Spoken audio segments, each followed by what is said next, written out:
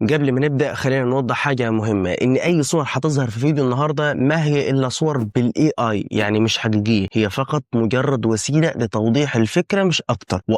ما تنساش تصلي على النبي وتوطي صوت الموبايل وتاخد لك جنب وما تسألنيش ليه. يلا بينا.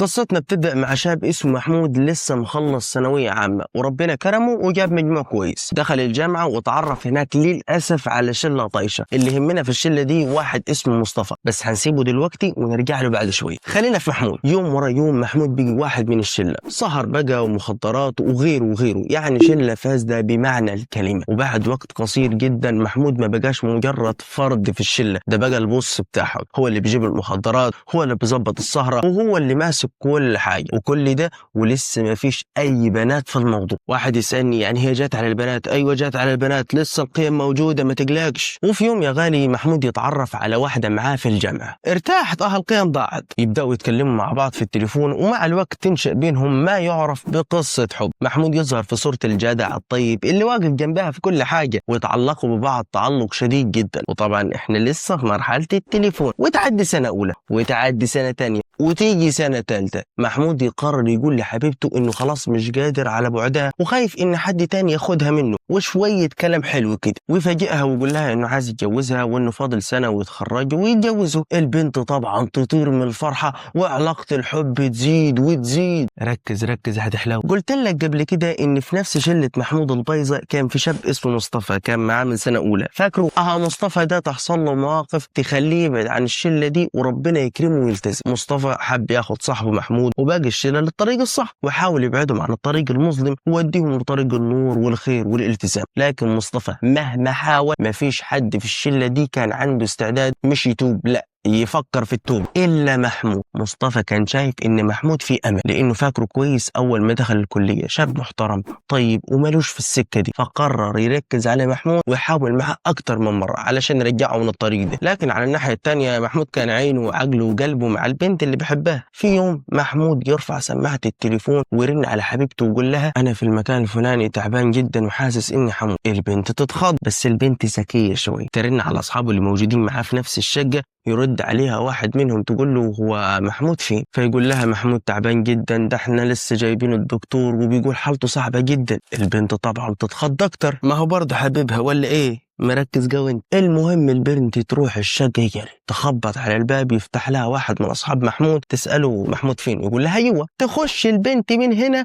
ويطلع صاحب محمود بره الشقة من هنا ويقفل الباب وراه ويمشي. مين في الشقة؟ ايوه محمود البنت تفاجأ ان محمود سليم وما فيهوش اي حاجة. محمود يقول لها سامحيني بس دي الطريقة الوحيدة اللي قدرت اجيبك بيها. يحصل خلاف والبنت تقرر تمشي، لكن محمود واد برنس وصايع برضه، يبدأ يتكلم معاها ويقول لها كلمتين يقنعها ان هم اللي هيتجوزوا وان الموضوع ما فيهوش حاجة. ومع كلام من هنا ومن هنا البنت للأسف المعمية بغشاء الحب تستسلم وتحصل علاقة زنا.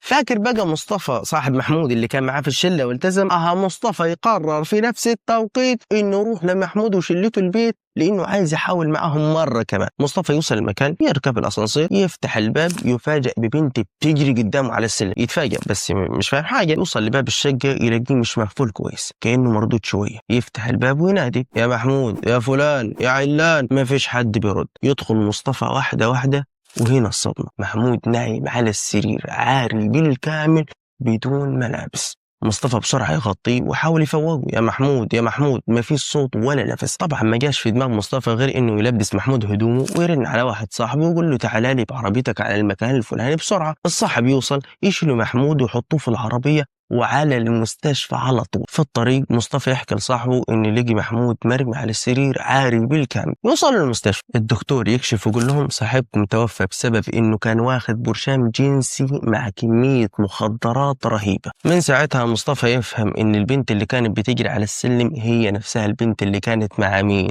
صح، مع محمود. مصطفى يطلب من الدكتور انه يستر عليه علشان اهله ناس طيبين ومش حامل اي حاجه تضر سمعته. تتسجل الحاله هبوط في الدوره الدمويه وبعدها يدفن محمود. ومصطفى يروح لشله محمود يفهم منهم الجزء اللي كان واقع منه، اللي هو ان دي قصه حب حرام بدات بمكالمه تليفون وانتهت بموت أثناء علاقة زنا.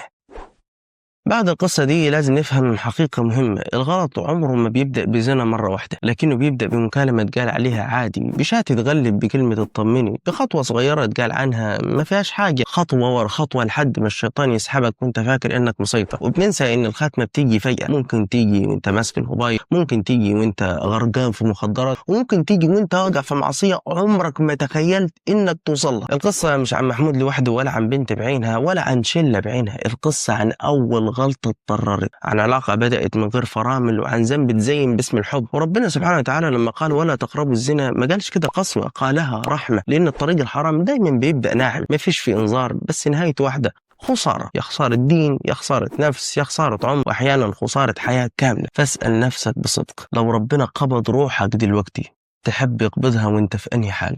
وبس كده، دمتم جميعا في أمان الله وستره، والسلام عليكم.